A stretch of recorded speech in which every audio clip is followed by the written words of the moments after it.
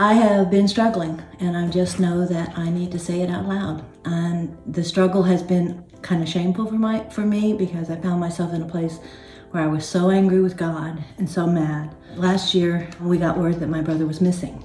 And for a good portion of the next week and a half, 2 weeks, we were praying, and I was praying, and I was begging. I wasn't really praying. I was begging, and I was pleading, and I was bargaining. Anything I could do that I thought would help God make a miracle happen. And then that didn't.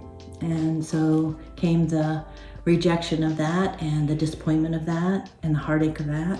And also questioning myself, was I faithful enough? Have I not been faithful enough? Was I not good enough in God's eyes to make this happen, for this miracle happen? I think I have flaws, and I have dealt with them all through the year now. We're coming up to the 1-year anniversary of my brother's death. And I just wanted to reach out and not really, I don't have any answers for you because I don't know what they are. I have been doing a lot of self-reflection and wondering what my next role would be, or what my next step would be, who I was, because my brother was he gave me value. He always valued me. And so to not have him in my life is the biggest void I've ever had to deal with. I just want to talk to you a little bit about being honest with yourselves and with God, because Proverbs 12:17, a truthful witness gives honest testimony, but a false witness tells lies. So I'm here to be honest.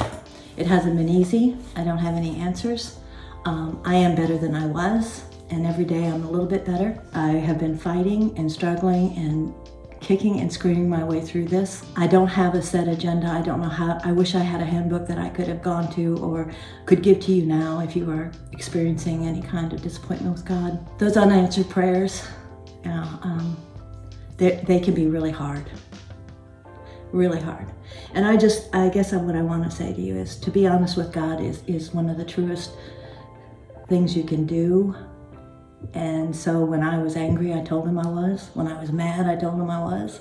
When I was heartbroken with him, I told him I was. Do I still feel some of those things? Yeah, I still do. But I know God is good. God has always been good. He's always been good to me, even through all of this. And I will never disavow that. I stand in faith in the fact that my strength comes from him loving me and me loving him. There is a relationship, and that wasn't broken over this. The other thing is I wanted to say about being honest. If there's anything between me and God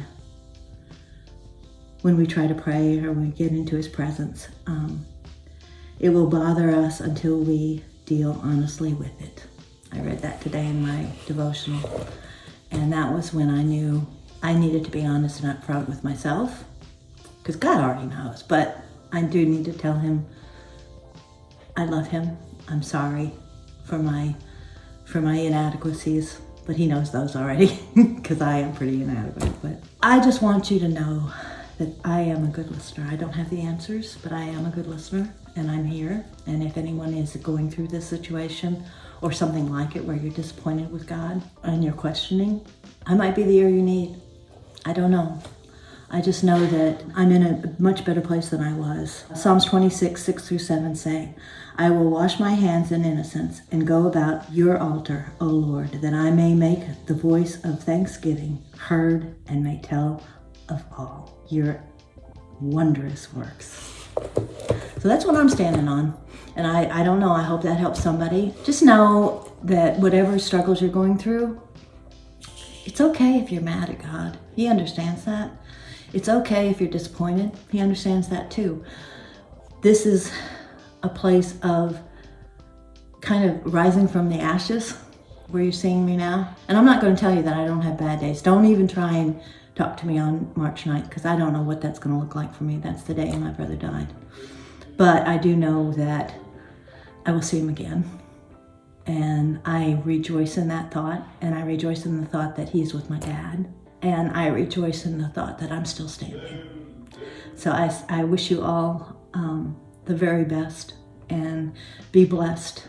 And if you can't be blessed, then if you're not feeling blessed, then be a blessing to someone else. That'll help. I promise.